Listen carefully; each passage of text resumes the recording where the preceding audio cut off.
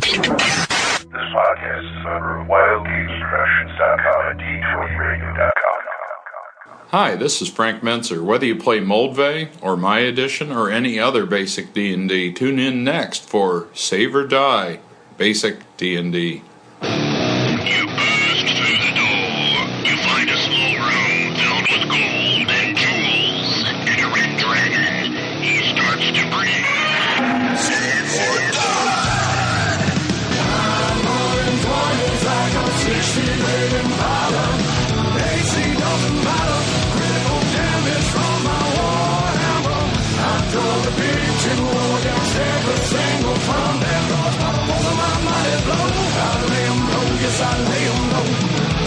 Welcome to the Save or Die podcast, a podcast about classic Dungeons and Dragons. Bring on your goblin holes and band of oaks, hulking zombies and foes. And oh no, no troll, don't slow me down, oh no. I just missed all that good stuff I could have cut into the end of the show. Well, I can send you my recording if you want to try and grab something from it We'll screw up more. for the We're bound to for have the something beginning else. talk. I'm with the yes. We'll screw up more. Yes. Well, Hello, everyone. Episode 107, Save or Die. As usual, it's me, DM Mike, along with our very own Mad Hermit from Keep on the Borderlands, DM Liz, woohoo! and the hands-down best Goodman Games author ever to appear on Save or Die, DM Jim. You're damn right. And special guest, my evil twin, Bad Mike Badolato. Twins, but we had different mothers, right? Or was it different fathers? I can't remember. Something. Brother from another Mother. That's right. I'm And just going to this tell you right now, I am not wearing that grass skirt that the Mad Hermit shows up in the module. Just forget it. I always wondered about that, because the whole idea of the Mad Hermit was supposed to be he seems relatively normal until And then you talk see to that him. picture. And then you see that picture of the guy in the hula skirt and the Joker grin. Liz, I I'm, don't think Otis can draw normal. That's the problem. Earl could not draw normal. I'm a visual artist, Liz, so you don't have to wear it now that you've talked about it. You know what I mean? E-rated show, family show here, family show. Anyway, this episode, we are returning finally to the X series of modules. By popular demand, we are covering X5, Temple of Death. And we'll be talking about that, but first... What did we do at gaming this week? Who cares? Ow! What have we been doing in gaming? And we'll start with Jim. Oh, we should start with Bad Mike. I'm sorry. That's me. Okay. No, Jim's better. That's me. Mike. I was backseat lead hosting before I realized it came out of my mouth. Sorry, man. Yeah, that's your outer voice. But, hey, after 6 months, we got the Mutant Crawl Classics campaign back on the tracks. I didn't realize it had been that long. Last Saturday, we got together. I mean, we haven't not gamed for 6 months. We did a lot of play testing of pre-publication stuff for Goodman and for me. But when we finally got the campaign started, we're like, it's been 6 months. So that was a lot of fun. It was I posted some of it on Facebook, but they had just come back from us playing DCC Bunnies and Burrows because they had their minds projected back before the Great Disaster in time to retrieve the formula for cortexin, this substance that gives intelligence to animals, by a kindly chimpanzee doctor that when they succeeded in their mission and came back, he was now a kindly sentient rabbit doctor, scientist guy. I hate it when that happens. It all makes sense. Yeah. So we changed history just a tiny little bit here.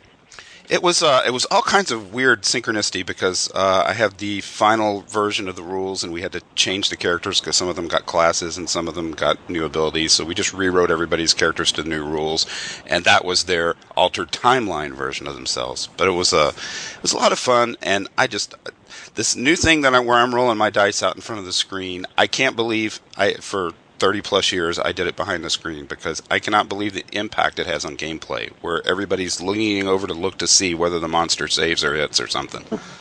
and it removes any doubt that I'm going to fudge anything. And the amount of drama it pumps into the adventure is fantastic. We got a new player, one of our old DCC players who was mainly a Pathfinder guy, wandered up, and we were having such a good time, because immediately, of course, now there are evil bunnies in the game, they had to fight some. And this old player of ours named Pete wandered up in the middle of that battle, and we were having such a good time. He wanted to come back after like a year and a half. He's like, "Can I play?" And I'm like, "Sure." See that bunny that's all the way in the back, not engaging in battle? That's because he's the leader and he's extra smart. So here you go. And we did a thing that they talk about on Google Plus. I don't know if this would work in basic D&D, but here's the conceit. For games of convenience where something like that happens, you don't roll the characters up until you start playing. And as you play, each time you need an ability or a stat, you just roll it on the fly. So you can jump straight from a standing start into the game. So we did that with Pete and this character, and it was fantastic. He's like, "Well, how smart am I?" I'm like, "Roll 3d6. You tell me." Although I got a 3. Yeah, I was going to say, it does kind of, mess things up a little when you've told the person, your character is really smart, and then you roll really low. It's like, okay, your character has just somehow convinced everyone that they're really smart. That's what I mean by the game gods were looking after us, because he rolled 3d6 straight, 17. Boom, right in front of us. Ooh. Well, that's cool. So anyway. And convenient. Big times in the post-apocalypse. Cool. All right, Mike? Well, I will have to admit that I have not been gaming lately because of con preparation. And that has really been my focus for the past few weekends. Well, that's kind of, you're doing something in gaming. You're not actually gaming, but... You're prepping for B1. Yeah, it's not, well, I mean, yeah, if I have not prepped for B1 by now, I need to turn in my DM badge. Because I've probably run that 50 times over the past 40 years, so 35 years. But that did remind me, I do need to do a little work on my B1 prep, get some of the character sheets ready, and actually look it over a little bit. But yeah, other than that, just con prep. Unfortunately, I really miss playing, and I haven't had a chance to. One of the problems is when you run a con, you run into the problem is that you're running games and you're talking to people and you're not playing the games. So the whole point of having a con, you think, is that, hey, I've got my own con. This is great. We can do this, and that. No, you really can't. You're kind of stuck behind the counter watching everybody else have fun. So, right. But it's fun in its own way too. But that's just like the old, I'll work in the game industry and then my job will be gaming all the time, and then you get I know, yeah. Isn't that a joke? And people, nobody's sadder than a game store owner. They're always depressed, yes, because gaming all around them, yet they're paying the bills. Well, still, we look forward to you giving us more details in a little bit about the con that no one can attend. Well, that's not quite accurate, but we'll talk about that later. We're all full up now. No con for you. One, yeah. I guess Liz is nothing gaming-wise. But hopefully, by the time we get together again for the next episode after this one, my self-imposed exile from gaming should be over, because I will finally have my degree done with all of my projects, and I will have the time to be able to come back to the game. So it's almost over. Well, almost over. It's not like you're missing a whole lot, because sorry, Chase. Well, I mean, Chase You're started not missing this. Much. Well, Chase started this new campaign, and then people have been dropping in and out, and we haven't gotten a whole lot done, and And you guys are just lost without me. We are. You're the glue that holds our party together. Even Mead is just getting thrown at her gnome is getting picked up and thrown by my character at enemy archers, and that's pretty much it. And she asked you to do it. Insisted I do it. That makes sense, because you're the glue that holds this podcast together, too. Oh dear. Don't give her that power. So yeah, that's pretty much the gaming. I keep wanting, maybe once you've got your degree and then we've got more free time, we can return to Teeman's BFRPG game, or with Kyle and Randall, maybe I can finally get my classic D&D games started up again. One of these eons. Speaking of wanting to be able to do more gaming, Bad Mike, how often would you be willing to drive up to Denton to be part of a basic game? I would think about it because my group's kind of scattered for the last year or so. We've only met very sporadically to where it's basically a series of one shots now. We don't really have a campaign going, so I might be able to talk me into that. Well, it wouldn't be more than twice a month. I every single week with Chase's game, I do my best, but it's kind of wearing. I'm like, not every single weekend. But anyway, so we got old somewhere on the lines because tired. When I was 19, it was like all weekend long. Conk out on the couch for 4 hours, pop back up at 8 in the morning, and still go right back at it. Well, not even sleep Saturday night at a con, just game right on through to Sunday. And now we're old, we've got a house, we're thinking, I could really use a Saturday one week to do some yard work, that kind of thing. It's like, why am I thinking about doing yard work instead of gaming? Gaming is a lot more fun than yard work. You really know you're old when you have to decide between going grocery shopping or gaming. That's when you know you're really bought it. Wow. That's what Amazon's for. Have them deliver. I'm still trying to convince Liz for us to get on that, but anyway. All right, well, are there any emails this episode, Liz? Get down, get down, get down, get down. The Save or Die Email Hot Tub Time Machine. Come here, you scrumptious little beauty. Here I go once again with the email. Every week I hope that it's from a female. Oh man. The following emails have been edited for length and content. We do indeed have emails. So we will do our best. I mean, we're still behind, but we're only a couple of months behind as opposed to a billion months behind. So, talking about at Halloween, Yeah, we're doing okay. Hopefully, we can get a little bit more caught up. But yes, we do have emails. Have we at least gotten through the emails that say, "I look forward to seeing Jim at GaryCon"? I'm pretty sure we are done with those. I think most of our emails are from February, actually. And by the time we finish the emails, we are about at the end of the month. So they mean next year's. Yeah. Yeah. That's it. Anyway. So yeah, like I said, we're a couple of months behind, but we're getting there. Anyway, speaking of Teeman, our first email is from Teeman. Teeman! He says, "Dear Save or Die, finally got around to listening to the Save versus Skills episode. As we talked via email, Mike, the leaded skeletons came from the Basic Fantasy RPG Field Guide. It's their version of the Monster Manual. I know you had one in the A-Den Guide a number of years ago. 2003. On to skills. What a great discussion. You could have written that down and put it in a book on game design. Aww. I enjoy hearing about the secondary skills system from 1E and the D20 versus the D6 attribute checks as another way to resolve things. I have considered just letting everyone take a background, like in 5E, although I think it is in the 1E DMG as well. No skills or numbers attached to it. When a non-combat situation occurs where it might help, you can then adjust the numbers of the D6s to roll, give a flat bonus to a D20 roll, maybe -4 to the roll, or even an advantage roll. It's DM preference, fiat even. That gives characters some flavor without dragging in a lot of rules crunch.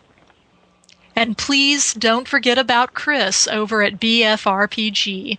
I'd love to hear that episode soon if you can. Ever steeping, Teeman. Thanks, Teeman. Yeah, we'll be having Chris Gonerman on relatively soon. If not next episode, the episode afterwards. So, talking BFRPG. Yeah, like I've said before, the idea of rolling D6s for attribute checks instead of D20, a D20 has really, I really kind of, that's grown on me. I really like it. Glad you find it of use. That DM fiat thing, I've recently learned how to turn back on my players, because you know how players will always say something ridiculous that they want to do, where they're kind of testing you to see if you'll let them get away with it, and I just turn it 180 degrees and go, well, maybe you can do that, maybe you can't. Convince me you can do that. And give them the chance, because they could talk me into it. If you can plausibly describe this, I'll give you a roll. And that's something I really think was big back in the day. I mean, God knows in the 70s and 80s, that was half the game, was as a player trying to convince the DM, this is plausible. I could do this. My favorite was a player that tried to convince me, because he took archery classes, that he could run to the hill giant chamber, roll, and come up with his arrow in his hand and fire an arrow without the arrows falling out of his quiver. We talked about it, and I made all the arrows fall out of his quiver. He didn't convince me. Oh, there was that TV show a while back, Reno 911. They've got a video of it on YouTube where they're apparently arresting this guy who is dressed in garb and who was talking about how they were in a D&D game, and the reason somebody was shot with an arrow is he was proving that there's no way he could jump out of the way from a trap with an arrow. And so it really shot the guy. Oh, Lord. It's like, see? I told you couldn't do this. Don't try this at home, kids. That's right. Okay, next email. Our next email is from Trevor. Hey, Trevor. And Trevor writes, I have a magic item I invented for your consideration. I'm wondering if I made it too powerful. I have a party of first-level characters exploring the unknown, B1. Oh, there you go. Oh, yeah. Shout out. I came up with an enchanted hammer. I call it the Hammer of Rapid Precision. It has 4 gems located around the handle, with a larger 5th gem on the bottom of the hilt. When a successful hit is made with the hammer, a gem glows. If a miss is rolled, all gems go dark. If 4 strikes in a row are successful, all gems glow, and the next turn the character gets to make 4 attacks. If every 4 of the quick strikes hit, the bottom gem glows, and the next hit causes triple damage. Well, why would it even be a question if that's too powerful? It's 26 damage with no bonus to hit or damage. I also wonder if you have any suggestions for a better name for it. What do you think, Trev? Well, I will say most first-level characters, it's really hard for them to make successful hits on it because their D20 thacos are dreadful. So that's what I was thinking. I think it's very unlikely, possible, but unlikely that a first-level character is going to make 4 successful strikes in a row to get to the triple damage bit. So that does kind of help for low-level characters. A higher-level character would be much more likely to be able to get that. Yeah, unfortunately, the unintended consequences of that item are that high levels, that would be just an absolutely killer magic item. Oh my gosh, yes. Well, I want to address the naming thing. Okay. Here's old school naming your magic items 101, Trevor. First thing you do, you turn your name backwards. So it's now Rovert's Hammer of Escalating Strikes. Right? Aha. Trevor Rovert. Yeah. There you go. The second go-to is alliteration. Give it a name like Spike Striker, something that rhymes and alliterates nicely. Or you can metagame it. It's something that the players are going to use to get hammered. Just call it Bacardi 151. The Holy Hammer of Havoc. Oh, that's good too. See, Yeah. alliteration. There you go. Alliteration. Give it the old Stanley. I did like the whole Rovert thing. That's a pretty good character name right there. So Or you could put Hoary Hammer of Havoc. Yeah, that's very Stanley there. But I love you, man. yeah, I think it's all right. I probably wouldn't use the triple damage super strike, but the rest of it I think is fine. My only objection with that's kind of a lot of bookkeeping for a low-level magic item. You kind of want your low-level magic items to be this does this or this does that. Yeah, and that'd be a pain unless whoever's got the hammer is a player you really trust to keep up with that stuff on his or her own. Otherwise, yeah, then you've got to double check because otherwise. Wait a second, you just got a special. Yeah, because I hit 4 times in a row. Wait, you just did 4 times in a row. No, I just did it again. You just didn't notice. Oh, okay.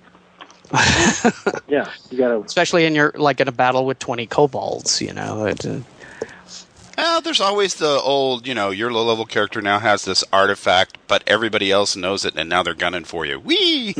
There is that.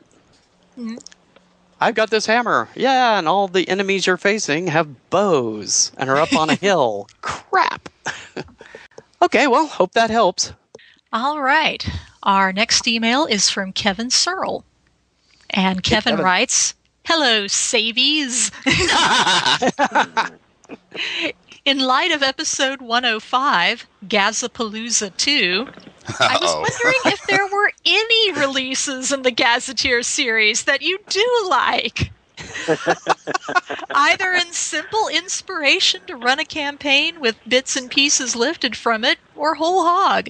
No need to go into too much detail if you're saving a review for a later episode. Kevin.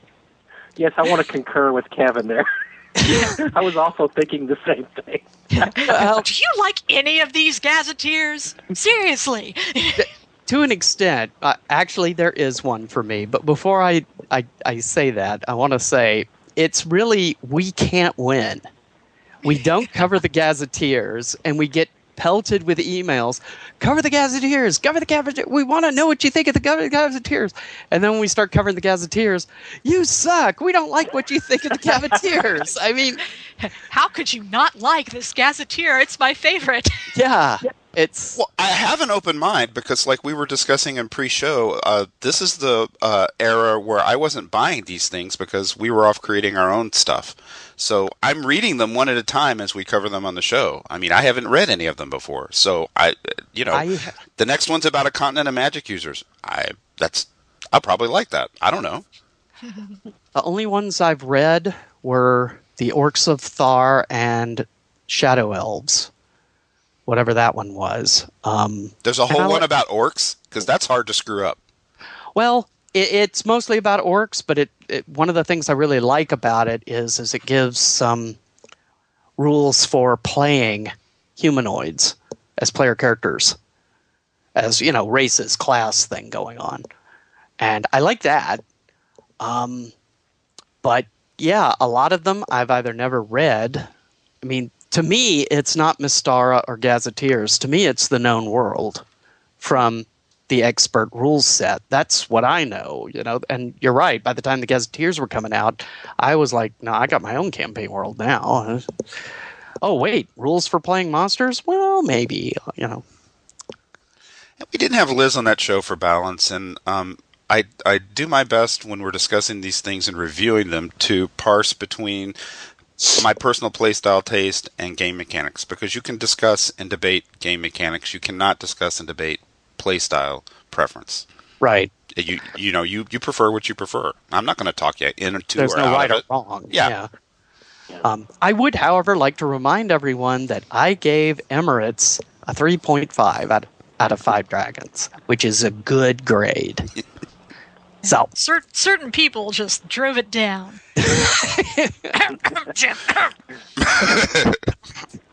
All right. Well, I wasn't even in Gaz 2, and she heard. Yeah, it's like, so I'm not sure how the overall vote would have been if I'd been on there. I didn't have time to do the show because of all of my schoolwork. And so, I haven't even read the second Gazetteer myself, so I can't even tell you what my opinion of it would have been if I'd been on there. But I'll try and get back to it at some point and, maybe address retroactively. It's like, well, if I had been on Gazapalooza 2, this is probably what I would have said. Of course, you would have had to record the show in your belly dancer outfit. No, I don't think I would have. I'll do that next time. No problem. For theme. Yeah. Yeah, Trust me, I'm wearing a belly dancer outfit. Right. Can't you tell over the podcast? Remember that radio station from Dallas a while back, The Bone 93.3? Oh, yeah. They did that Christmas lingerie show. Supposedly had all on these the radio. ladies. On the radio, yeah. And they're all talking about the lingerie they're supposedly wearing. It's like, yeah, sure you are. Yeah, this one's really hot. This one looks really hot. I mean, I wish you could see it. It looks really hot. I mean, wow. That's the great thing about podcasting, because I'm of the opinion pants are overrated. Right with you. Right there with you, Jim. Next email. Next email. Stay away from underwear. That's right. DM Skinner. Ooh, And Skinner. He writes, "Greetings, Sodders."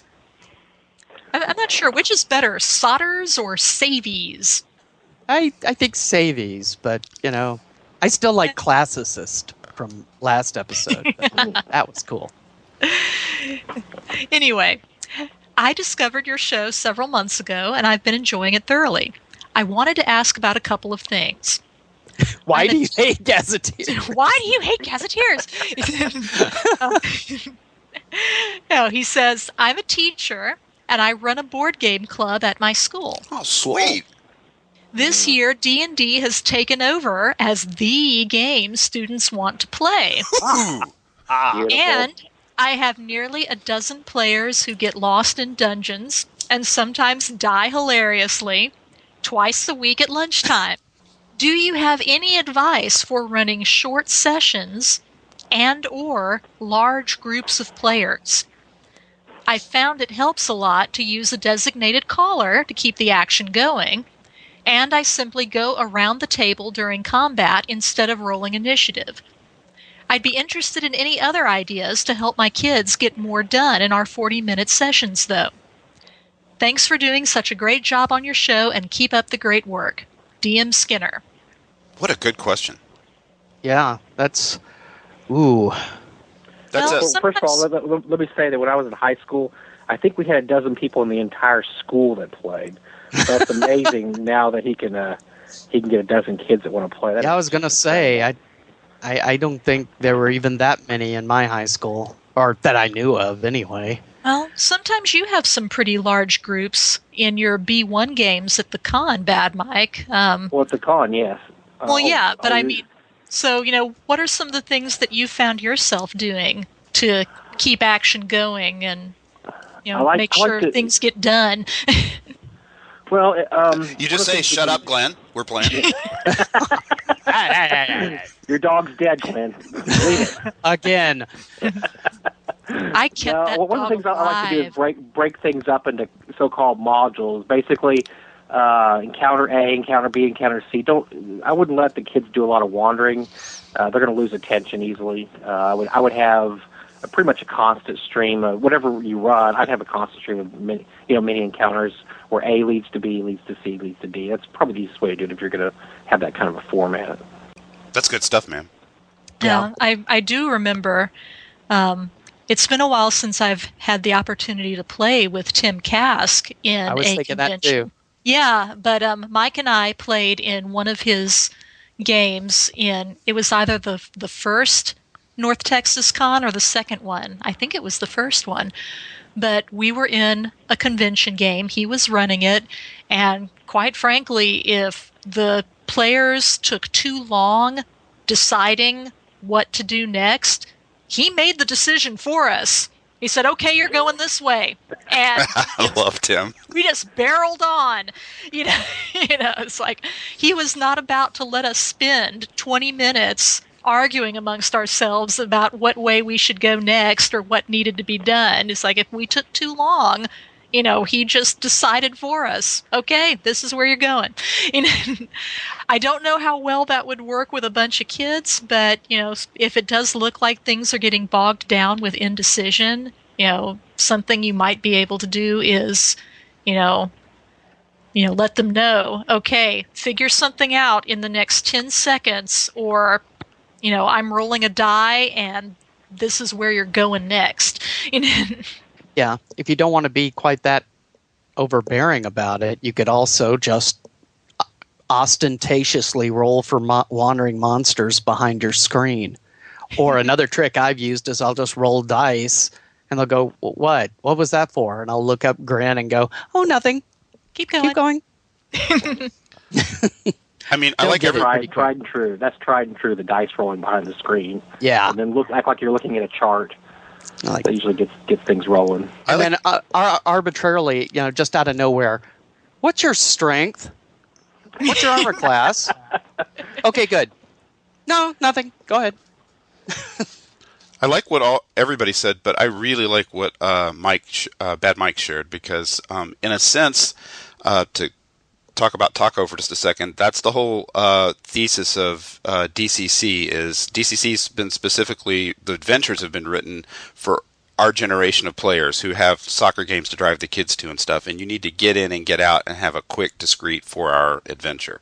So the adventures themselves are written as a series of creative but A, B, C encounters, as opposed to, say, what we're reviewing today, X5, which a group could take weeks, if not a couple of months, to go all the way through that module and explore it all. You know what I mean? Yeah, assuming they didn't just location-based versus event-based.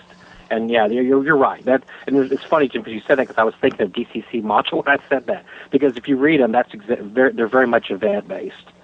Yeah. I just finished reading my Purple Planet, and I thought that was really that was a big. It was location, but every location had an event-based string of events. So I'm not saying run DCC, DM Skinner. Right. I'm just saying construct your D&D adventure the same way.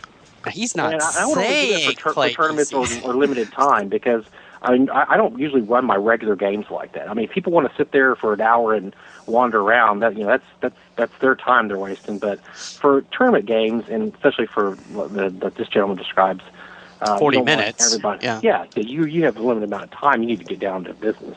I'll tell a story on myself. I actually struggle with this in my campaign because I tend to write adventures the other way, and the campaign has taken longer to gel than I would have preferred, because they don't sit around and bullshit enough. And I've been working on that to try and encourage the role-playing in a campaign setting. Pre-arc. Oh, yeah. You'll have to edit that out. I'll pre-arc it. Sorry. Okay, Yeah, well, there's that energy drink kicking in. Hope this was helpful. And kudos to you for bringing up the next generation of RPGers. That's right. I wish I had a school like yours to go to back when I was first getting into gaming. Oh, Lord, yes. No kidding. Oh, yeah. It's been wonderful. A teacher who games? That would be so awesome. Instead of 1978, it was on. We had to keep it on the down low, big time. Otherwise, you're devil worshipping and going to hell. Yeah. I grew up so far in the woods in Kentucky, we didn't have D&D at our high school in the 78. All right. Well, sticks and rocks, or it was Frankfort, Kentucky, cow tip and stuff like that. Oh yeah. And Cave Master. Yeah. All right. Any other emails? Okay. Well, we have another one from James V. West. Ooh. And JV? he writes, Sod Masters. We've been addressed. I don't know how I feel about that one. We've been addressed differently in just about every single email here. Yeah. But Savies, Sodders, Sod Masters. I am the Sod Master. I think I saw that movie in '84. Anyway. Anyway, just finished the Gazapalooza episode. Great show as usual. Despite Liz being taken out early by a giant centipede. And story of my life, I'm telling you. Says, I have never looked at Gaz number 2. I do like the cover, though. All the Gaz covers are awesome. even with the high heels. It is on my bucket list to collect all of them in print, but for now I'll have to settle for PDFs. I did recently pick up Top Ballista, and man, I love that book. I hope you guys find it in your heart of hearts to review the whole Creature Crucible series, because there's some really good stuff in there. I mean, Gremlin PCs! Come on! One day! Thanks for the kind shout-out and link to my webpage, which needs some serious updating. JV West. Thanks, JV. Thanks. Yeah. Well, like I said, whenever we get through the Gazetteers and the X series, we'll hit the Crucibles next. Should we be calling the X series the X Files? No. Oh, ouch. Aw. But I think we should. Any more emails? Well, one more. We do have one more. This one comes to us from Harley Stroh. Oh, dear. Speaking of people who write for Goodman Games. Yes, and he has a little something to say to Jim. Harley writes, per the latest Save or Die, White Rock is not 700 pages of setting. It has setting material, but the bulk of the box set is the world's largest mega dungeon. White Rock, a la Greyhawk, blah, blah, blah. Smiley face. Harley Stroh. Damn you, Harley Stroh, for making me mea culpa, my own mea culpa. Ah! Harley's entirely correct. I to make the point that I had gone to a convention and spent a bunch of money on a campaign setting, I over-dramatized, a little dramatic license. White Rock Castle is like book after book of, 14 or 18 levels of dungeon and the keep above it, and the campaign setting around it. So, I could argue that even that is still a campaign setting, but Harley's right. So, my bad. How much of the 700 pages would you say is campaign setting then? One book out of 7 or something like that. Okay. When you open up that big box, there's a whole bunch of little trade paperback books. Okay. The Gazetteer is just one of those books, and the rest is like White Rock Castle Dungeons level 12 through 14, that kind of thing. Gotcha. It's beautiful. Anybody gets a chance to pick one of those up for under 100, they should go grab it, just to steal stuff out of it. Yeah, it's getting hard to find now, as a matter of fact. Yeah. Alrighty. Well, if people want to write into the show, where would they send their emails telling us about how wrong we are about Gazapalooza? Well, unless your name is Harley Stroh, you should email us at saveordiepodcast@gmail.com. Or call our voice line at 940-536-3763. And now, before we hit the X5 module, let's have Mike talk about the upcoming North Texas RPG Con. Yeah. All right. Well, let's talk about the con that nobody can go to because we're full. Okay, later on. Unless somebody dies. Well, first of all, let me explain the situation here. We all move up and rank. As you know, we run a convention. I'm sorry. Sorry. NTRPG Con, North Texas RPG Con, where we focus on old school games. Although we do have the occasional Pathfinder, we actually have a lot of 5th edition games this year, oddly enough.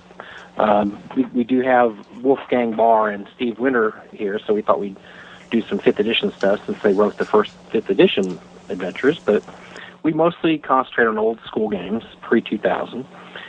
And we decided a long time ago that we don't want to be a big con. We probably want to keep the numbers, reasonable, so we can handle it without having to hire a lot of people and, have to, we don't want people, play Magic games and do things that we didn't personally like just to get the attendance up. Because a lot of conventions will do that. They want to get their attendance up, so they'll say, sure, you can do this or that because we just want people in the door. Well, we don't want that. We just want people there that want an old school game. As a result of this, last year we had 250 people. We thought we'd cap it at 300 this year. Little did we know that we would hit that cap last month. A full 2 months before the convention is actually going to go on. And there's a lot of reasons for this, having to do with just the added popularity of gaming conventions right now. If you look at most gaming conventions, especially the big ones like Gen Con. I think Gen Con had, 56,000 last year. And I know the last time I went, it had 29,000, and that wasn't even a decade ago. And then Gary Con also had, I think they had 900 this year, Jim, right? Yeah, it popped by like 200 over last year. So we really weren't necessarily prepared for that big a jump, and so we had already capped it at 300. So we decided we would take 300 people in pre-regs, and then allow walk-ins as we could. But even then, we probably only have enough room for 350. At the pushing it, probably 400. We didn't know we would hit our pre-reg limit. 50 days before the convention. Which is good and bad. It's good because it means a lot of people are interested in old school gaming, and it's bad because we feel bad that we can't really offer a bigger convention. But that's really just one of the things we decided when we first started out is we're going to have a more intimate gaming experience. We don't want a big cattle call with rooms full of people and you're crammed up. Everybody's had that experience when you're in a room and you're jammed up next to the guy behind you, and there's a guy one table over that's screaming at the top of his lungs, and blah blah blah.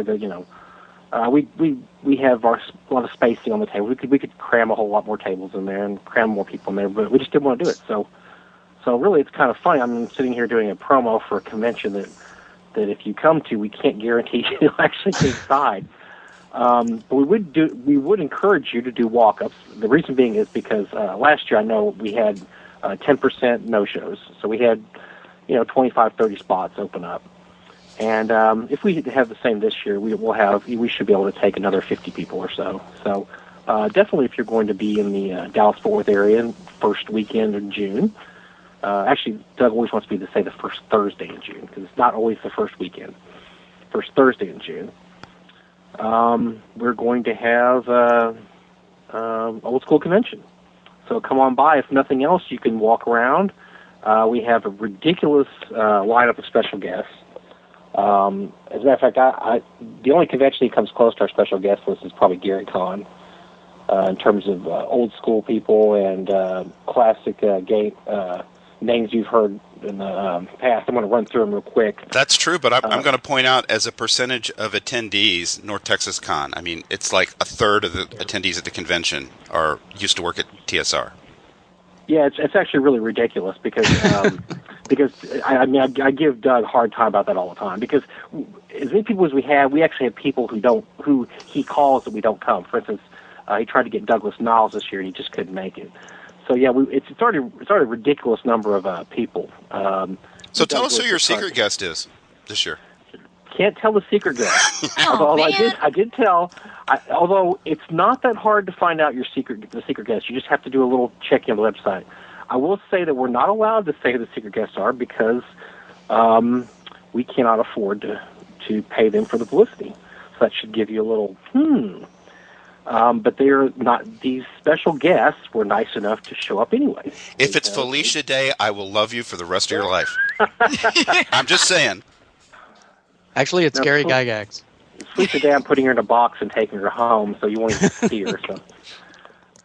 But we're going to this year. We have that are going to show up. We have Wolfgang Barr, Bob Bledsoe Jr., Steve Chenault, Chris Clark, Zeb Cook, Liz Danforth, Darlene, Jeff D., Larry Elmore, Matt Finch, Joe Goodman, Jeff Grubb, Ernie Gygax, Alan Hammock. Oh, I don't think I was supposed to mention his name, but I did anyway. Oh well, Alan Hammock. Just edit Kevin that out. Hendricks. Yeah, well, he was kind of a secret, but he's not really a secret because he's actually running games with his name there, so you'll figure out Alan Hammock's there. Kevin Hendricks, Janelle Jaquays, Tim Cass, Doug Kovics, Dave LaForce, Steve Marsh, Frank Menser, Errol Otis. I'm getting tired now. Steve Perrin, Merle Rasmussen, Lawrence Schick, Dennis Astaire, Jeff Talanian, Jim Ward, Bill Webb, Steve Winter. Oh, I'm worn out. And we actually have a few more people, and I will tell you, I just noticed the name on the guest list that I did not know was coming. There we have two secret guests that I knew of, and I just saw a name. And I'm fixing to call Doug after the show because I did not know this person's showing up. But if they're showing up, that's one of my. He's on my A list, and I'm pretty shocked. Look at this name here. I'm going to have to call Doug and make sure this isn't a mistake. Well, I'm just stoked that Darlene is coming back for a second year in a row, because she was just great, so wasn't cool she? to have last year. She was just absolute sweetheart. She was so wonderful there. I mean, she's just really pleasant. I mean, can't think of other guests that aren't really pleasant, but I mean, she was just over the top incredible. And everybody, they know who she is. I mean, you can just see the way the other TSR alums treat her. That she was, a very special person. The way they treat her is just amazing. She don't think she has an enemy. Well, I just want to say, last year I got to play in a session of the Jasmine card game. Jasmine card game that she ran herself. And if anyone does have an opportunity to get into one of the Jasmine card game sessions this year, you definitely should. Without ever seeing a such picture, a fun game. Without ever seeing a picture of you, Liz, at 12 years old, I still know what you looked like because that's the look you had on your face when you were playing that game with Darlene. I just want to say that one of the differences between GaryCon and North Texas Con, GaryCon has many of the same alumni and special guests that you just talked about, Bad Mike, but they're there to run games. What happens that's different at North Texas Con is you'll roll up and sit down to play at a game, and Errol Otis is playing with you as another player. That kind of stuff happens at North Texas. That's a good point, Jim. Actually, I know Liz is going to kill me. Actually, Liz probably already has my demise Yes. planned. But she did not get into my annual B1 game this year. You are on she has my the last list. 4 years, and Glenn has got it in there for the last 5 years. She's done it for the last 4. She missed.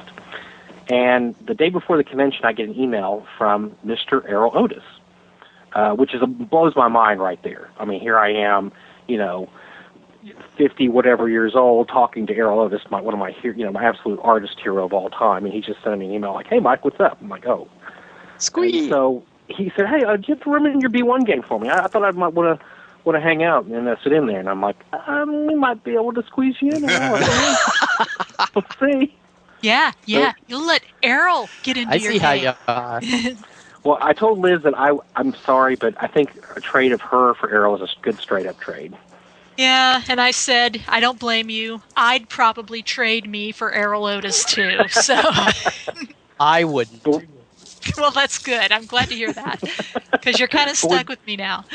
What Jim said's true, though. But we tell the guests when they come to the convention that you don't have to run a game. Some don't. A lot of them do. Some of them come to the convention, like I think Janelle went the first couple of years and didn't run anything.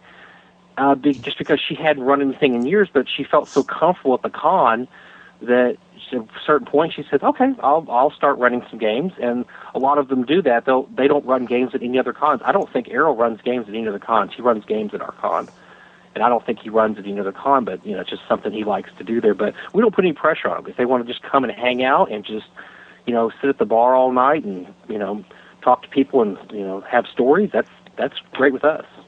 Plus the celebrity game, which answers the question if you ever wondered what Frank Menser and Tim Kask are like together in the same party, which ends with one of them lightning bolting the other usually. But you can go spectate the celebrity game and see that happen.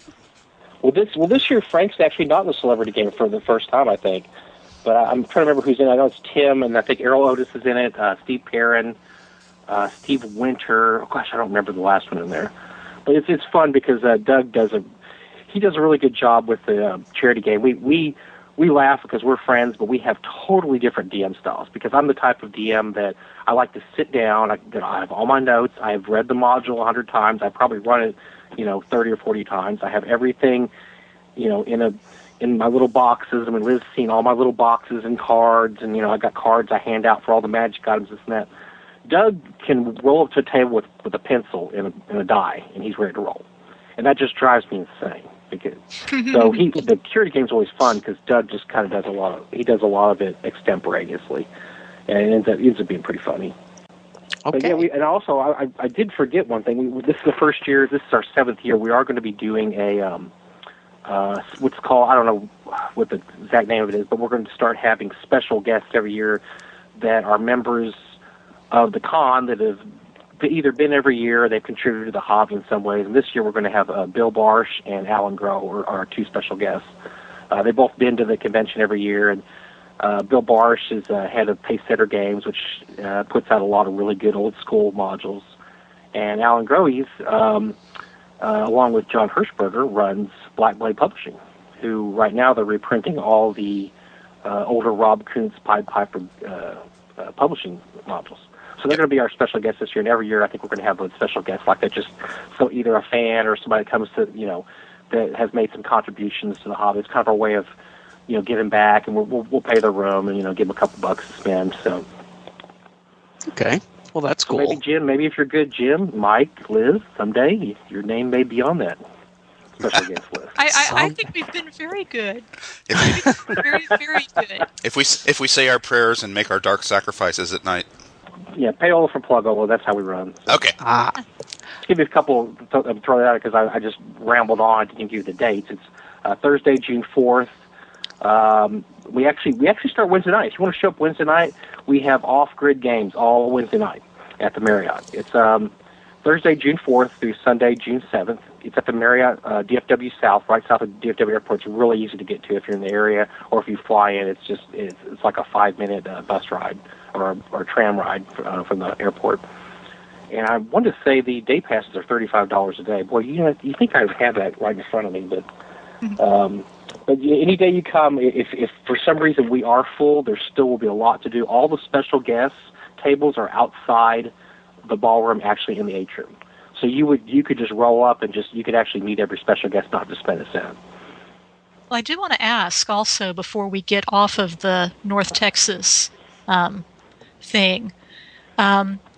There's actually 2 auctions now that happen at the con. It used to just be the one big auction on Saturday, but now there's a special midnight auction. There's the G-rated one, and then there's the PG-13/R one. We have one thing I always want to do. One thing I love is auctions. And when I went to Gen Con for the first time about 10 years ago, I was just fascinated by the auction. I just love auctions anyway. I think the job that Frank and Tim do at the Gen Con auction is just incredible. If you ever get a chance, you got to watch them. So I thought, well, if we have a convention, we're going to have an auction, because I want to be auctioneer because that's something I always want to do. So we did it, and it's okay. And we auctioned some really rare items. We've got thousands. We've sold some really, really incredible stuff. We sold I'm trying to remember. We sold some lost Tomokins. We sold some pretty expensive stuff, a couple $1,000 bid stuff. But the midnight auctions where I have the most fun because I just thought, you know what, I want to have an auction that's just kind of seat of the pants, just have fun. Start everything at $1, $1, and just have everybody just make jokes. Kind of make it. It's a really, really fun occasion. And so that's what we did it for the first time last year, and it was a really big success. And so we're doing it again this year. We had a special guest, Satan, came last year, which is he did a really great job, and we'll have him back in this year. The dress code is pants optional? Pants optional, yes. But it is kind of blowing. The more we talk about it, and the worst instigator is Zach Glazer, who has just been egging me on all year to add certain things, and we need to do this, and we're going to do this, and so he's actually made tickets to the event, which are hilarious. I've seen them, and I about broke a gut laughing. So there will be actual tickets to the midnight auction. But if you have a chance, if you're at the convention and you're not doing anything midnight on a Saturday night, unless you're old and sleeping or gaming, you probably won't be doing anything. Come check out. Okay, so let me ask: when you say midnight, does that mean after 11:59 p.m. Friday night? No, that's a good question, Liz. Because this is something that we argue about every year when it comes to registration. We register at about midnight what midnight means. April 15th means actually April 15th, not April 14th, 11:59. No, it will actually be midnight. It will actually be 12:01 a.m. Sunday, which is so midnight Saturday. However you want to do that. Yes, we had we had some people that didn't register in time because they got midnight mixed up, which is understandable. So everybody have fun registering this year, by the way. Did everybody have fun registering this year, by the way? I'm only running. I'm not playing, so it was easy for me. Oh, okay. Well, you didn't have any problems then. Everybody else had to stay up late. Oh, gosh. Well, I mean, I tried, but it's like everything was so slow. And, like I've cried about already, I missed getting into your game. And you were telling me it was full in less than a minute. It filled up in 47 seconds, which is ridiculous. It's like, wow, you know. Oh, I told a lie. One extra generous DM is going to let me roll up into a table that's technically already full. Now that's actually something else I want to talk to you. It's very low key at the convention. This is not the kind of convention you show up and you got to, do this, that. You got to sign up on this sheet and this and that. I mean, you have to wear your badge. That's about all we ask. But it is very, very low key in terms of if you can roll up to a table and say, hey, especially people like Frank Mentzer, Tim Cass. We have limits on what we take on preregs on tables. Some of these guys would run a table for 20 people. They don't care. And so we usually cut it off at about 8 to 10, but if you go up to a lot of these tables, they'll let you in. They'll let you sit in without any problem. All right. Well, we will have the link to the North Texas website on the show, and hopefully we'll be seeing people there. And now we are going to take a break, and when we return, we'll be talking about X5 Temple of Death. Thopus the Gnome here. The Save or Die podcast is brought to you in part by a more than generous grant from me. Don't you mean a generous grant by Lesser Gnome Games? Same thing. I pretty much run the joint. And this one too now, come to think of it. Here. Go finish the commercial for me, knave. You got it. Lesser Gnome Games and Miniatures. Available at rpgnow.com, lessergnome.com, or at a friendly local game store near you.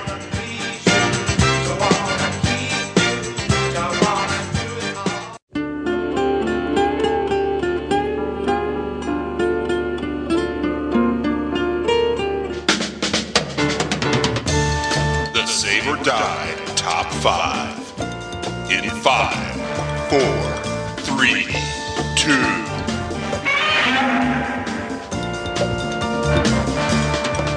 Top 5 with X5 Temple of Death. 5 for 5. Woo! This is one of the expert list of modules that were put out for the Cook Expert. And though it was put out in 1983, I don't know the exact month, and I get the impression that this was probably printed before the Mentzer re-edits of the Basic Expert set. Interesting. Because it has a different feel. Well, for one thing... I can give you a little info on that just from personal experience. I know that X4 came out before the summer of 83, and I'm almost positive X5 came out later on that year. Yeah, one of the things that stood out to me when I was looking it over was that it actually deals with gods and goddesses. Right. You've heard me grouse about, with the Mentzer rewrites, they got away from that and just dealt with more like philosophical truths or stuff rather than actual deities.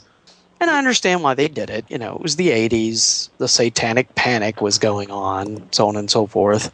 What were we talking about in an old episode where we were speculating that the product was early enough that it was still based on basically OD&D play experience that the writer brought to it, like things they did in their campaign? I don't remember anymore. Maybe one of the bees? This kind of read like this. This had a lot of just like old 70s style meat and potatoes D&D in it. What do you think, Liz? Well, going through it, it does seem to have some weird mishmash of things put together. Now, each one of those individually is pretty interesting all by itself, but it does seem kind of weird having it all, just put in one place.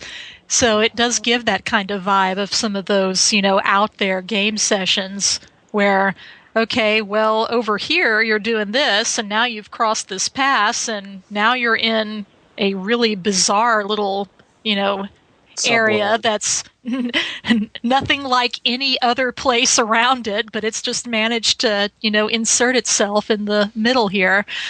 There's some... Go ahead. So there's some interesting but kind of disparate parts that make up the whole. And since Bad Mike is a guest, you get to start with your number 5. Actually, well, why don't somebody else go first, and I'll just jump in. You didn't get a list, did you? I didn't. Well, make my he may list. not be aware of. How'd you know? How'd He you know I may didn't make a not be list? familiar of how we're doing the Well, thing. surely Did he anyone- listens to I don't- Save or Die every month. All right. I got okay. I got. My I list. mean, okay. did anyone Number 5. did anyone do anything really out of spec, like send Mike the show notes? Are you kidding me? Come on now. I didn't. Yeah, Liz. Yeah, because I never send show notes to anyone, but now suddenly I'm supposed to send show notes. Wait a second. Yeah, Y'all use my show bad, notes? my bad. Holy crap. No. Yeah, I'll jump in. run Okay, through. my 5. My 5. I will say, Tim Truman art. Oh yes. He did not do a lot of TSR modules. I remember U2 is the one that comes to mind that he did a lot of artwork in. Was it U2 or U3? I can't remember. Sinister Saltmarsh? He did all the artwork for this. There's nobody else credited, and I went ahead and looked at it. And it looks like he did the cartography, too. Yeah, I was going to ask if you knew whether or not he did the maps as well as the artwork. I'm pretty sure because there's only 3 people listed on this module. Dave Cook, the writer, editor, Michael Williams, and Art Truman. I'm pretty sure he did the cartography also. Which Zeb Cook includes a back really, when he was just David Cook. Yes, Dave Cook, not Zeb yet. But it's really, I really like his style. It's a little. Some people say it's a little too cartoony. I don't necessarily find it cartoony. I think he does some really good stuff, and especially in this adventure, his cover, which I thought was really good, and he does like a little 3-way kind of cutaway drawing of the Master's Castle or the Temple of Death. Actually, looks really cool, and you're supposed to show it to the players so they can kind of get an idea. And I think it's very evocative. So that was one thing that just really jumped out at me was the Tim Truman art on this one. Okay. Something we don't see very often on D&D modules. Very good use of chiaroscuro rendering. Yes. Yeah, whatever that is. Little feathered pencil shading. Okay, well, what's your number 5, Jim? For number 5, I'm going to go all the way to the dungeon part of the module, which doesn't appear till about 2/3 of the way in because a lot of it is wilderness adventure, and go with the Black Altar, which the players just roll up onto as a Black Altar, but it's an evil magic user's magic jar. He's in that Black Altar, and he can zap you with all his spells. That's just awesome sauce right there. When he doesn't try taking over your body, of course. Yeah, that's an option too. All right.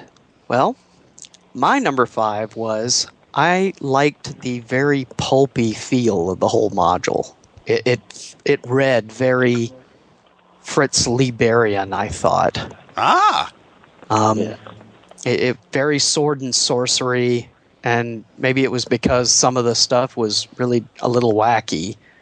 The one that sticks in my head was the quote-unquote green dragon in the mountain passes.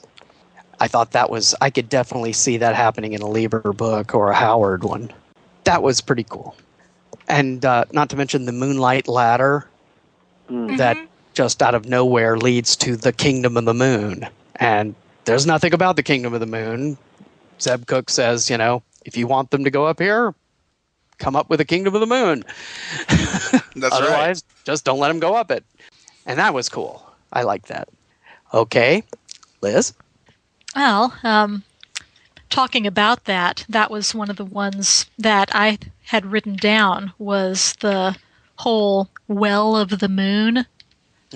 Just in particular, I really enjoyed that. Not just because of the whole, thing you could possibly go up to the Kingdom of the Moon, but it had the ability to either heal or to harm. It could make land fertile, or if you tried using it twice, it would make land barren and you would never be able to grow anything on it. I saw parallels. I don't know if this was intentional or not, but the Well of the Moon reminded me very much of the Baba Yaga stories where she is the guardian of the fountain of the waters of life and death. Oh, nice connection, Liz. And I thought about that a lot when I was reading about, the Well of the Moon and what the waters were able to do, bring people back to life, harm them, just all kinds of stuff. And so, yeah, I just thought that whole encounter and the water itself was just really, really well done and cool. Yeah, I hadn't caught that, but you're right. That's pretty cool. All right. Well, number 4. Back to you, Bad Mike. Well, one of the things I thought was really cool here is, and I think this is what you all were talking about earlier about this has a very old adventure type feel, is that the number of monsters in this adventure. I was flipping around here as we were talking, and because I had noticed it earlier when rereading through it, and I was incredible. It might have every monster in the monster manual somewhere. Not that you're going to fight them all, but they're all in there. There's Medusas, Displacer Beasts, dragons, Cyclops. There's a Storm Giant, or is it Cloud Giant or Storm Giant? There's a giant, hill giant, and a Storm Giant. On and on and on. I even thought it was funny. One part they use centaurs, and they're not evil centaurs, but they will attack you because they're there to protect the master's lands. So if you ever wanted to fight a centaur, but like, oh, they're good, I can't really fight centaurs. Well, no, there's centaurs you can fight in here. I think that's really interesting. Modules were really only made that way for a while. It seems like as time went on, you had less of the kind of the monster hotel type of approach to dungeon making, where okay, every room does not have to have a different monster. You could actually have one whole level of just bugbears. This is pretty much just a cross section of pretty much every page of the monster manual. You can flip it open, and that monster is going to be in here somewhere. So if your party of adventurers is the ones that just likes to battle different monsters, this is definitely a good adventure for them. Like Tim Kask used to call it killing the zoo. Because you're like going from cage to cage. Through the monster manual. That's how that feel, definitely, yes. Oh, remember that Knights of the Dinner Table where BA was just going down the list of the monster manual alphabetically, and the players finally caught on. It's like, wait a minute! I always thought that was a kind of a stick at the world's largest dungeon that was published in the aughts. Well, wait a minute, you're just going down the list.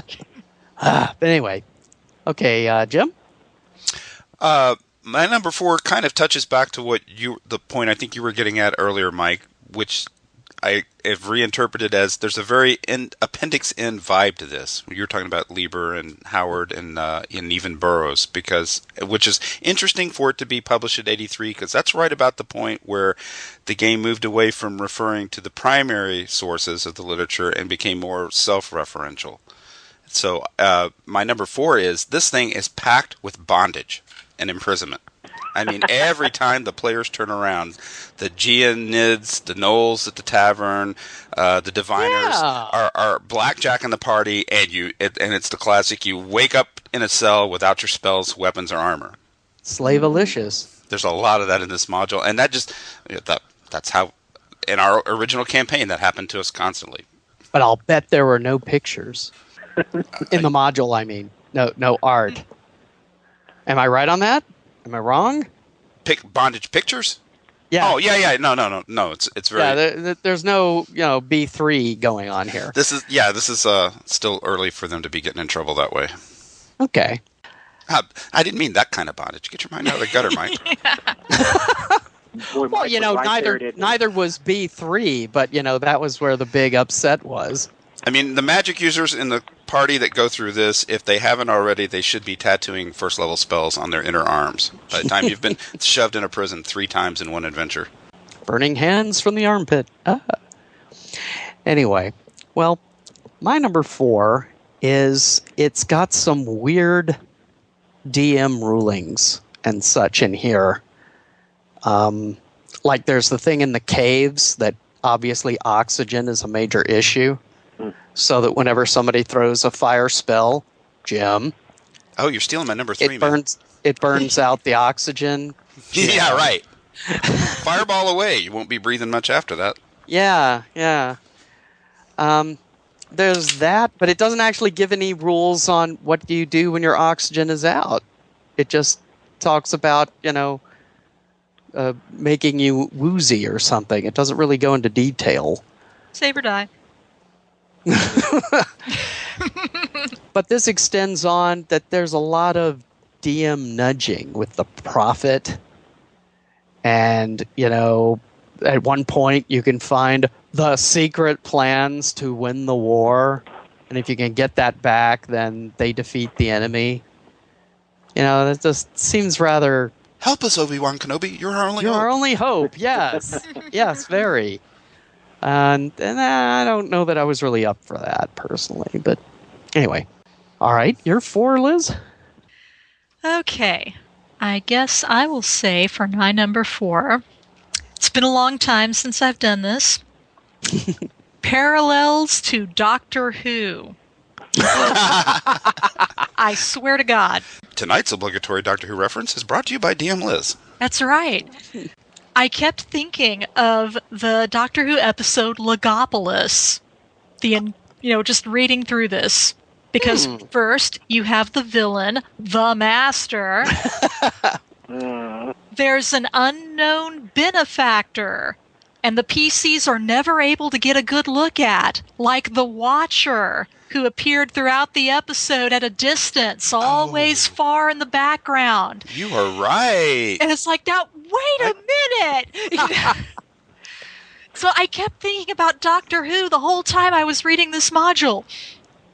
And again, I don't know if this was on purpose or not. It's roughly in about the right time period. 83 or so. I have to look up when, Baker left and, the fifth Doctor came in. 82, so right before this. Yeah. So it's like, We can ask Zeb at the con. I don't know if he would admit it or not. Because authors love those questions. Hey, did you steal this from over there? No, it's an homage. It's just like, before you answer, I just want to say that if the answer is yes, I think that is incredibly cool. But yeah, I kept thinking about Doctor Who, Logopolis, the whole time I was reading through this. Like, Master, unknown benefactor. It's like, So, yeah, here we go. That's my number 4. We got to make this happen. So, Mike, get on it. Zeb needs to be at North Texas Con. Yeah. Or is he one of the few people that... Zeb is at North Texas Con. Okay, then we're going to arrange this meeting. Cool. Yeah. And we'll have probably say, I don't recorders, even too. remember that. We'll have digital recorders, too, because that's another thing authors love. Oh, sure. So Yeah. Definitely. All right, Bad Mike, number 3. My number 3 is it's something Liz touched on earlier that I thought was kind of interesting. I haven't reread the module in quite a long time, and I reread through it, and the encounter with the red dragon I thought was really interesting because Liz mentioned the treasure of the dragon, the dragon's guardian, is something called the Well of the Moon. The dragon has no other treasure. That's it, which I think is kind of interesting. There's not this big giant pile of gems and gold and magic items that you'd expect if you kill a red dragon. So you kill a red dragon, all you get is basically guarding this thing called the Well of the Moon.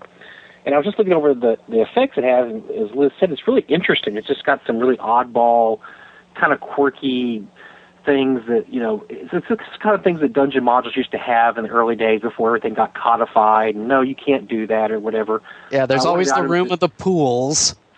Well, yeah, that's why I love B1 so much, because it kind of just throws all that kind of stuff in there. Well, there's different things you can do with the water out of here. As Liz said, it can cure you.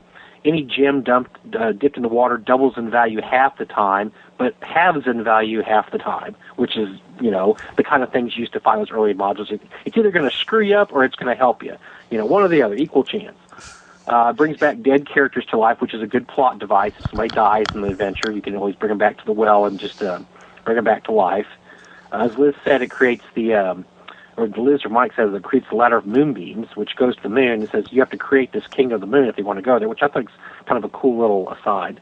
But the last effect I thought was funny is that a flask of water is poured in the ground, plants grow from there, and basically it covers a half-mile radius circle. And then if you pour the water on some place that already has grass on there, it kills it. So it just seems like there's really no point in that. It's just a weird, bizarre, oddball effect. Okay, I'm going to pour this on the ground. Oh, look, it grows. what does it do? It doesn't help us. Doesn't help anything. It just grows. And so that's the kind of thing I love to see in adventures, is stuff that may lead to another adventure. Because hey, let's take some of this water and walk over to the barren wastelands and drop a couple of gallons on there and see what happens. And, or let's take it to the king's garden and throw it on there and kill all its flowers. I mean, who knows? I call those slot machine scenarios because with a certain type of player, they will not give up. They will just keep dipping in the pool till they die. Mead. I gotta find out what happens. Okay, now what happens? Now it happens. All right. Yeah, taking every card from the deck. Yeah. She claims she had no idea that when she said, 12, that she was going to get 12 cards. I think she knew very well. All right. Well, Jim? Okay.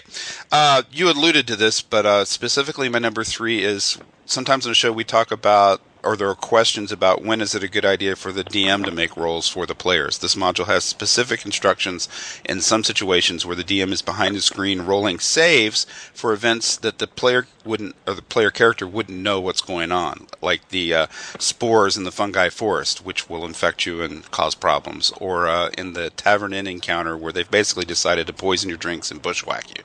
And I like that. I both liked the scenario effects of it, and then where the module just calls out these are things the DM does behind the screen, and then you just start telling the players, hey, the Tavern Inn, you wake up in a cell because you got drugged. Yeah, and that's one thing about doing saves when you have the players roll them that takes a lot away from the role-playing aspect of the game. If you tell a player you need to make a save versus poison, they immediately know that something is happening to them. Even if they're able to role play effectively and act surprised, it's still going to be subconscious. Yeah, it still colors what they do and say.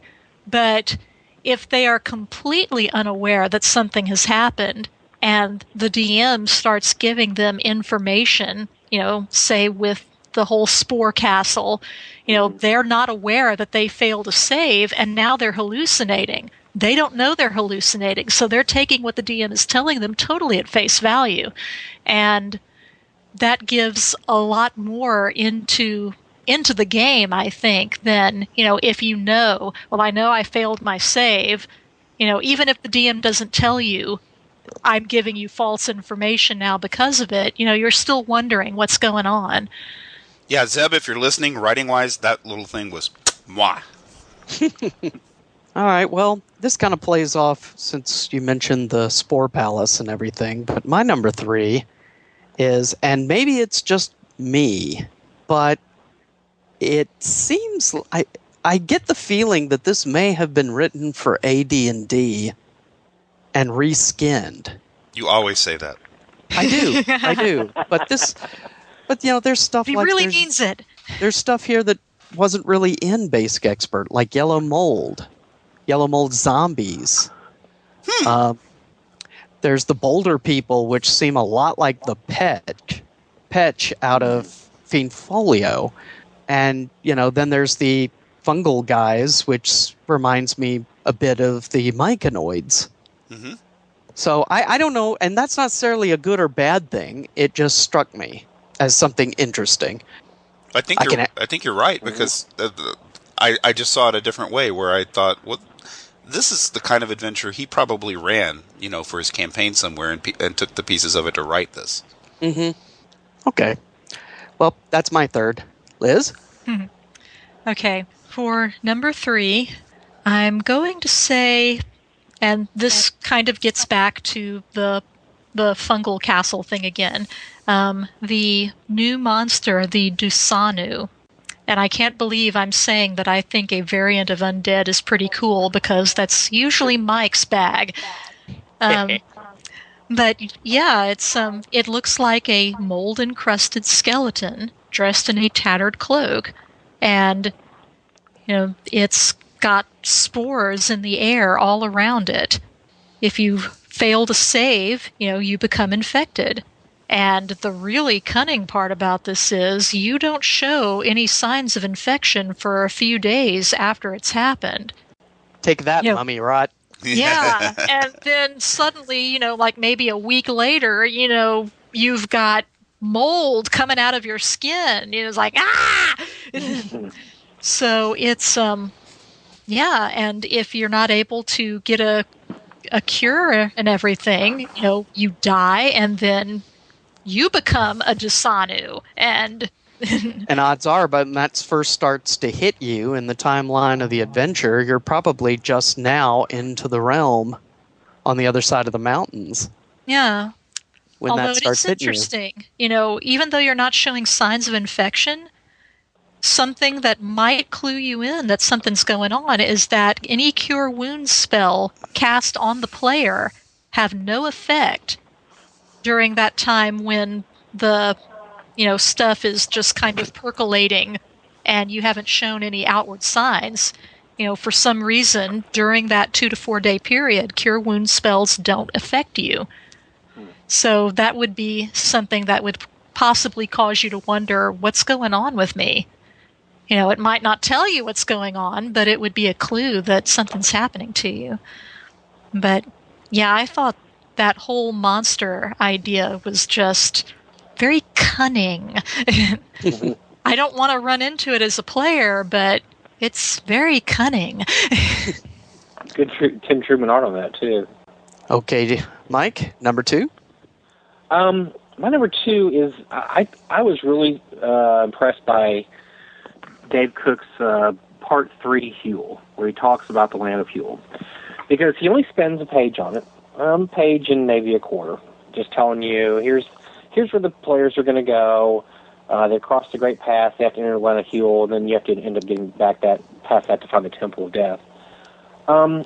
In really just a page, he pretty much does a really good description of what you would consider an evil civilization, in that, here's who runs the place, here's their society, the top of the holy men, the bottom of the commoners, here's all the people in between, here's what they do, here's what their purpose is, here's what people, the commoners, really, they're not really evil, but they just don't want to make waves, so they just kind of, it's not like you can go into this country and just kill everybody inside because they're evil, kill them. These are just regular people that just happen to be ruled by religious maniacs, and they don't want to make waves, so they just kind of agree to, okay, whatever, as long as nobody messes up with my farm, I'll be okay.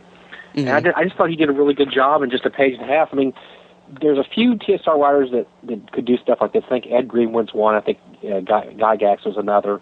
That didn't need 8 pages to describe a something, or a civilization, or a town, or something. It's just or 80 pages. Thank you for saying all that, because this was my objection. In that page and a half in this adventure, that's the same amount of information that was 8 or 10 pages of the Emirates of Iralarum. Right, well, exactly, yeah. I wasn't going to throw the Gazetteers under the bus again since y'all... That's what I'm here for. I just thought he did a great job with that. Like I said, Ed Greenwood can do that if you ever read some of his descriptive stuff. I mean, he could say more in half a paragraph than some guys can say in a whole supplement. And of course, Gary could do that too. I mean, some of his early modules are short, but gosh, they're just so descriptive. And Zeb did that here too. I thought he did a great job of describing the whole. I mean, just based on this, you could run this whole land and run off within your own ideas. But he also has a really good framework in place here. Okay, Jim.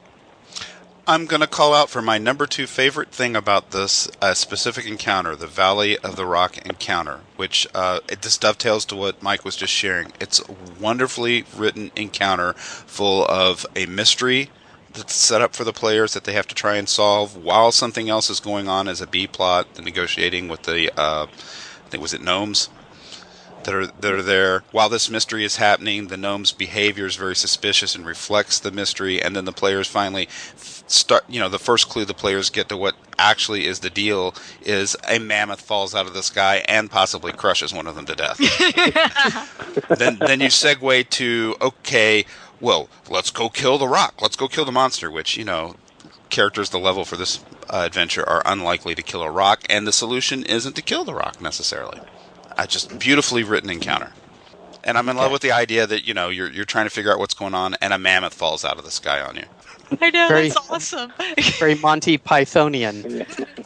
Okay, well, my 2 is probably should have went into this more at the beginning, but of course X5 is the second part of Master of the Desert Nomads that starts in X4. So the whole goal is to stop the Master who's behind the war against the good lands. Oh, yeah, cetera, the et Master cetera. dresses all in black, just like in Doctor Who. Okay, I'm done. Does he still have a beard in this generation? Well, he's married. Okay, sorry, Mike. Just had to throw that. Okay.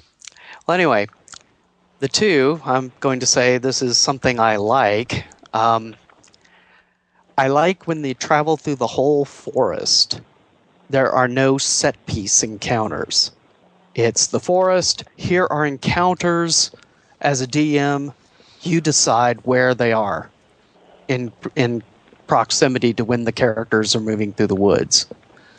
I like that. Normally, I don't like that, especially I like sandboxy, but a lot of those encounters are really cool, and I like the idea of the DM having the ability to put them where they're needed. Yeah, I remember, reading that myself, describing them and placing adventures in them as you wish, putting encounters as you wish.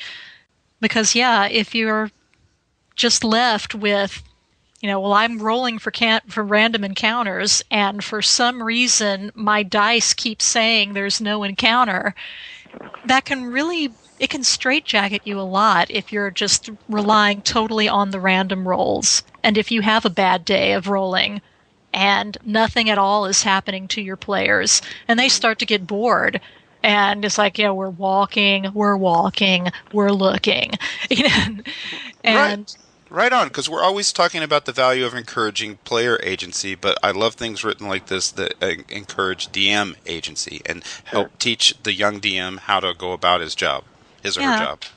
And I think so many people just automatically equate DM agency as trying to make things, bad for the players. And that's not how it has to be. Sometimes you do stuff as a DM to make something happen when the die roll would say that it's not, but you're doing it because you're wanting it to be a more interesting day of gaming for your guys instead of a day of sitting around the table and walking through the forest and nothing's happening. So, I got to make something happen for them because they're obviously starting to check their phones and they're getting bored over here. So, sometimes DM agency means you're deliberately making choices to make things, more effective for your players. Reminds me of the TV show Freaks and Geeks, when at one point one of the guys is saying, he thinks he's the DM, so that gives him, that because he's the DM, he can always mess with us. And the DM replies going, I'm sorry, perhaps I should arrange you to run into kittens and grandmas so as not to upset you. All right, well, Liz, you're two. Okay, I was going to talk about the Land of Huel also. I thought it was just great. I loved the idea of the thought police. And, the diviners. Yeah, and that's why nobody wants to make waves. Everyone's just, because they're going to, if you do anything that steps out of line, they have the ability to just, for whatever reason, just proclaim, you're thinking wrongly, so we're going to take you away. It's a magic-powered Gestapo. Nobody expects the Spanish diviners. That's right. And it's just really well done. Like Bad Mike said, you get a framework that lets you know what the overall, flavor of this land is, but you get to put in your own, little details. And I know most of us, tend to enjoy that more than just a huge supplement that plots it all out to the nth degree, and you may be reading over it and say, well, I don't really care for that. And yeah, you have the ability to change it yourself, but when it is so planned out, and if you change one thing on, say, page 23, you may find yourself having it conflict with something else later on in the supplement on page 86.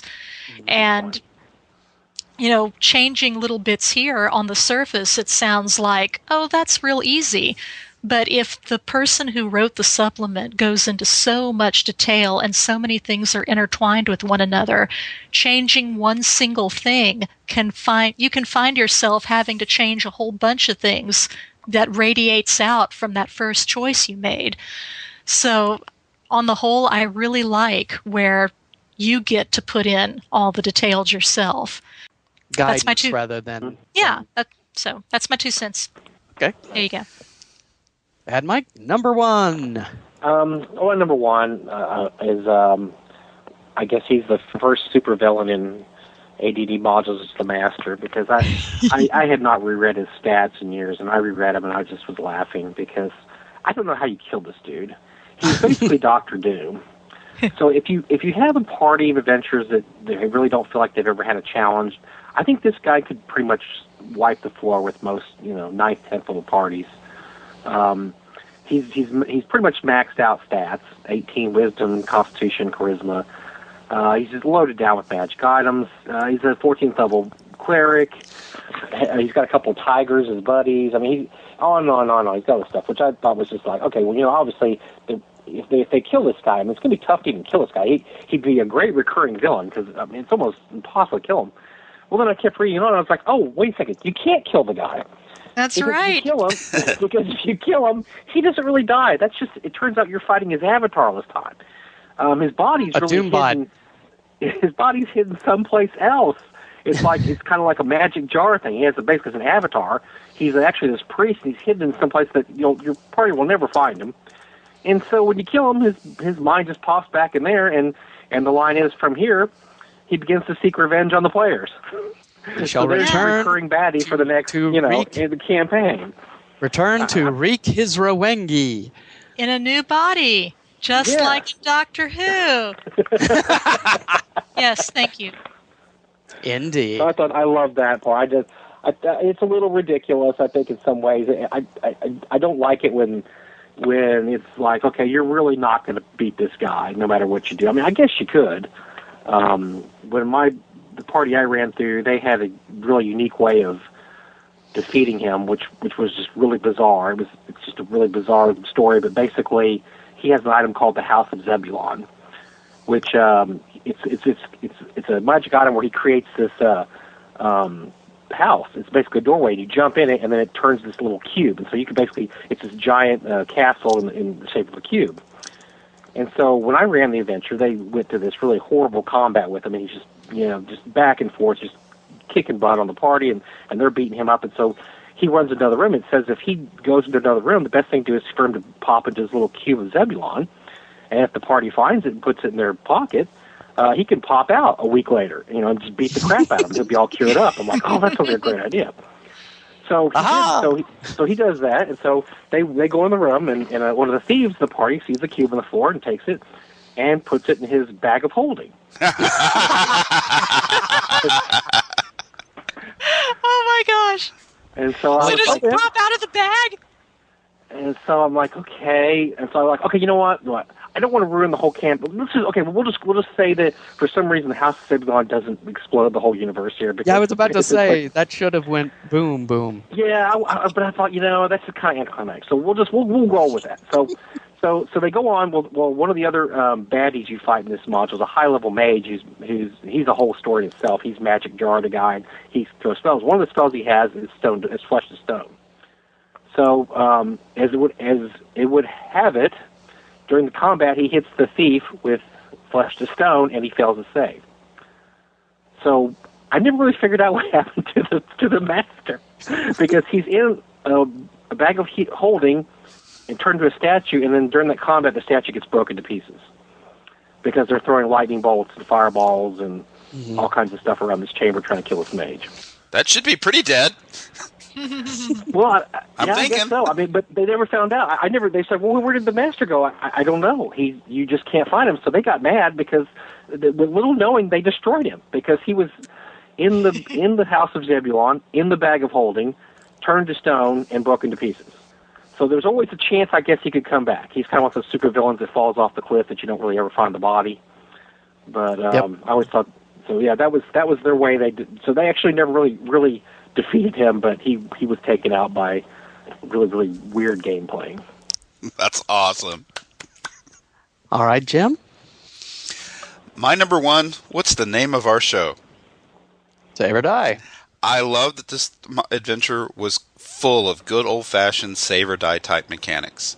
Those fungi on the cave wall. You turn a corner, there's a Medusa. You get petrified. The mammoth falling out of the sky.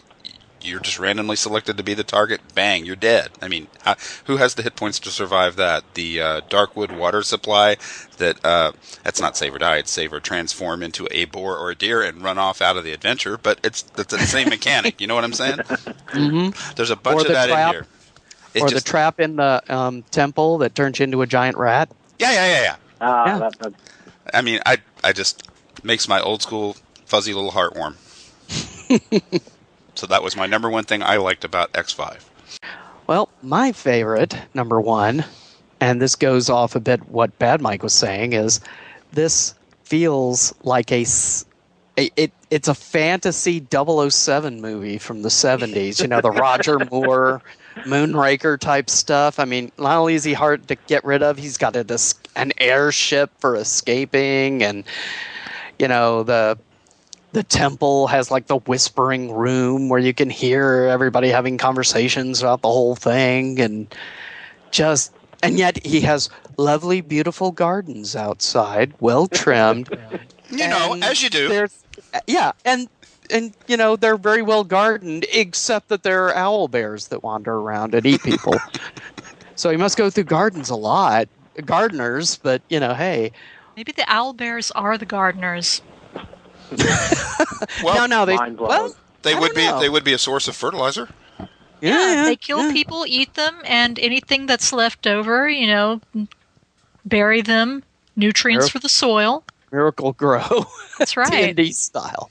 So yeah, I really like the temple, though I will admit when I first started to read it, and it was shaped like the guy in the chariot, a massive chariot and everything, my first thought was Temple of the Frog. But it didn't end up that way, and that was cool. So up to you, Liz. Okay. My number one, and this is kind of along the lines of, you know, Jim's, you know, Valley of the Rock with the mammoth falling out of the sky out of nowhere. I loved the Dragon of Woe encounter. It's a fake dragon, and you've got this group of fighters and a magic user all working cranks and wheels and stuff inside. Roar! It's moving. And the megaphone. It's like, this is awesome! That is, when I read that was the first thing I hit that really made me think, Lieber. It's like, wow! I could see Fawford and the Grey Mouser running into this. This is awesome. It's like, the fake dragon and the group of people inside working it. It's like, I love this. I just love it. And the best part is when the players find out about that, and then they run into the red dragon. Oh, this is obviously another fake. Like, no. But yeah, personally, the whole fake dragon encounter, that alone, to me, is worth getting this adventure. Just for that. Everything else after that, pure gravy. It is pretty sweet. You can just hear the players. All right, a dragon. Now we're talking. What do you mean no treasure? And then they hit it with spells, it falls apart, and then it says all the fighters run away. So it's like a Keystone Cops thing. And what the hell? Or Monty Python. It is like, run away! I just see them running in circles, and they're just taking off, and the players are scratching their heads and going, what the? Like, what the heck? There's some you don't see every day. Well chosen, Liz. Alrighty. Well, any last comments on the module before we grade it in products of your imagination? I have one. And it's not so much against this module alone, it's something I've noticed that's fairly consistent in lots of mid to high level adventures. Does this have anything to do with skills or weapon proficiencies? No. No. Okay. Well, not sort of. Class-based. Is it just me, or does it feel like when your characters are first to third level and they run into, say, a thief who's picking their pocket or trying to mug them or something, they're first to third level. And then when they're 9th or 10th level, when they get mugged in that very same alley, they're now getting mugged by a 9th level thief. You know, it's like, well, it's not the first or third level thief anymore because, well, that's, you know, you think that's not a challenge. And it's not, but at the same time, you're thinking, what's the probability? And I noticed that a little bit in the town in this module, you know. You're not getting attacked by first or second levels anymore. You know, now you're just happen to be attacked by 6th or 7th levels. I don't know. Is that just me?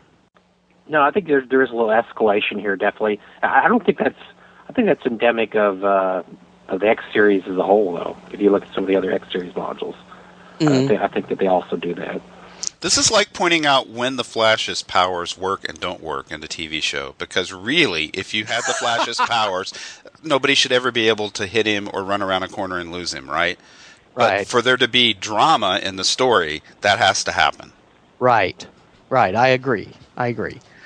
So would you say that maybe the X modules, as early as these, you know, these may have been the beginnings of what would become, you know, what gamers like to sneer at now as challenge levels?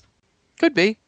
I think it was one thing that goes into Mike's theory is, I tell you, if you look at the magic items, it's ridiculous in this module. I mean, every Larry, you know, Mo, Curly, and Larry has a plate armor +1 and a +1 sword, which is, I think that kind of feeds into that. Yeah, and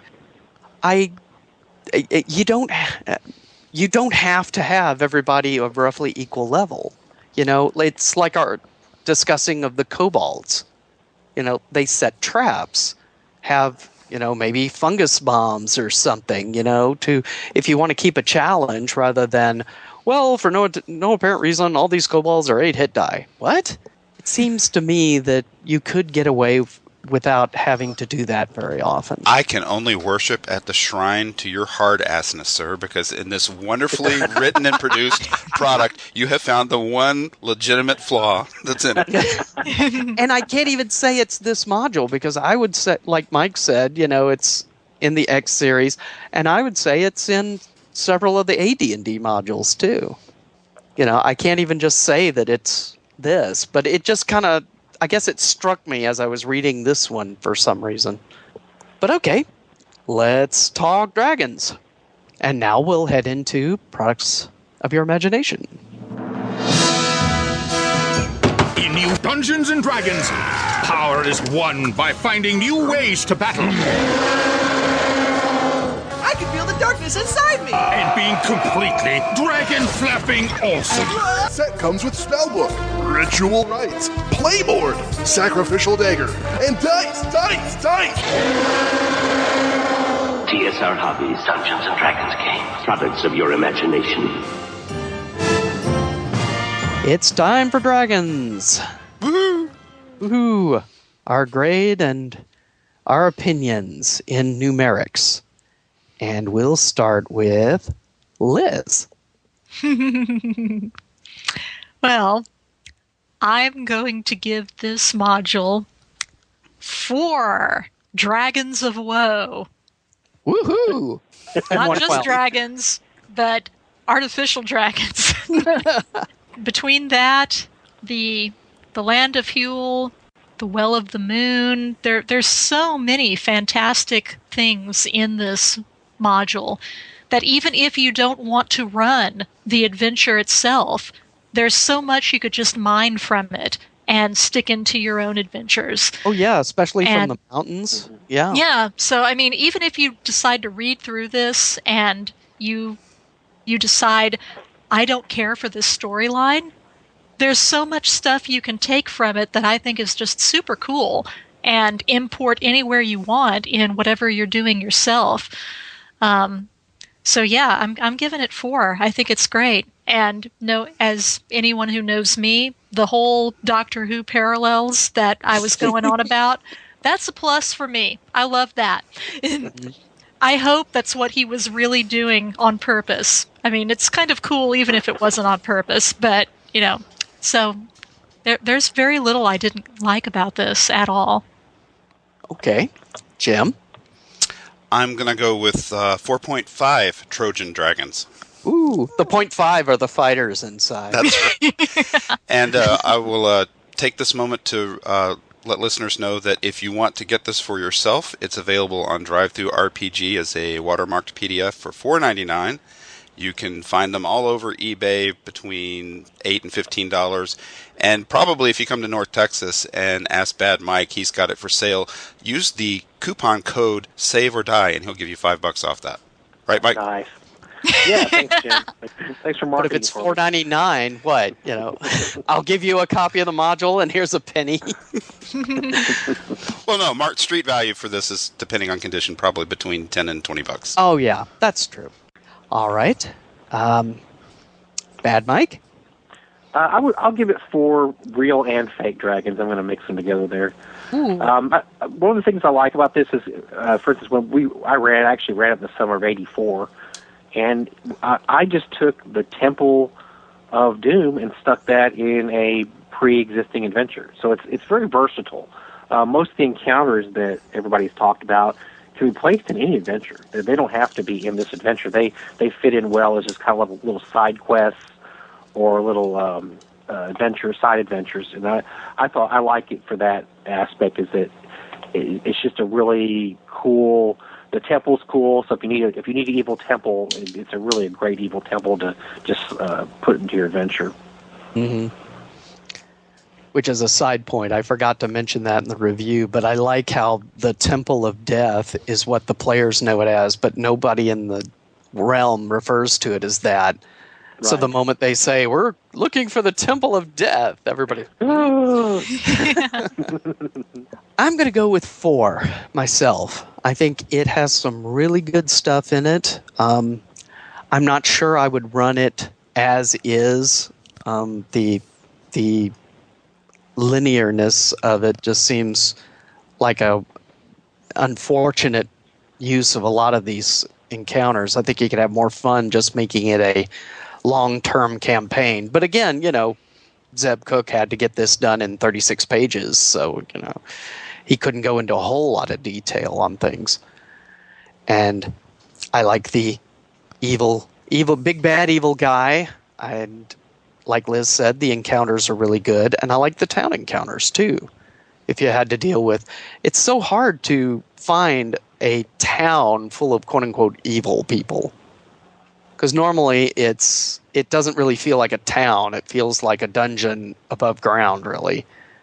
This has more of a town feel to it that just happens. You may see bugbears walking down the street or something. I think that's 4.15, something like 4 dragons and some change. I could lower mine to 4 and make it unanimous. Yeah. Well, 4 dragons and some change. We'll go with that. And that means we're headed down the dusty road once again. Out of the mountains and into the evil kingdom, I guess. And how are we heading down the road? Jim? Well, I was going to head down the road on my way to North Texas Con, but I screwed around with that black altar and got magic jarred by Galus the magic user. So he'll be showing up at North Texas, Mike. Oh, great. A psychotic fireball throwing character. Oh, wait, that is Jim. That's right. It'll all work out in the end. And you, Liz? Well, I'm heading down the road inside of a Trojan dragon.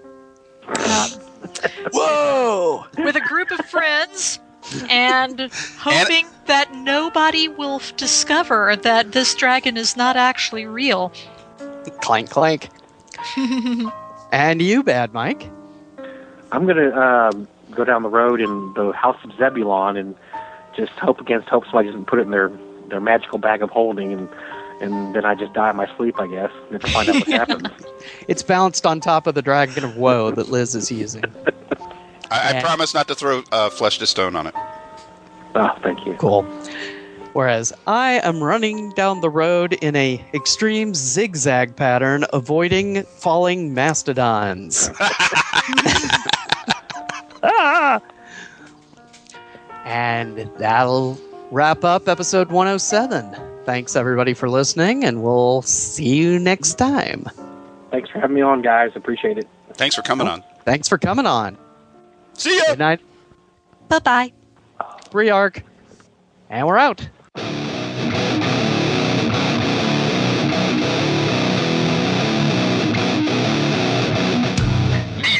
Podcast is a production of Wild Games Productions in association with D20Radio.com. The Save or Die theme music is provided by the band Mississippi Bones.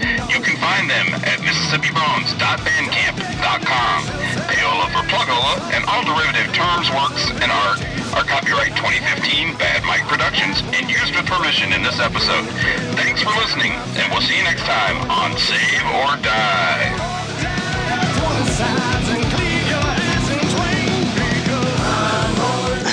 Whiskey bottle. Yeah, no shot glasses for Mike. He's straight from the bottle. I've got a cup of coffee and a Mountain Dew and just chugged an energy drink. I think we're rowing in opposite directions, Mike. Hey, I'm a dreadful drunk. You know, it just takes. He is. It takes one glass of just about anything, and I'm asleep in the corner, drooling on myself. No buzz, no drunk, just drink, asleep. I'd offer to buy you a drink to see that in North Texas, but then you might fall down and hurt yourself, and you don't want to be the one doing that. That's right. And I'm not the one to lead her back to the room, if you know what I mean. So.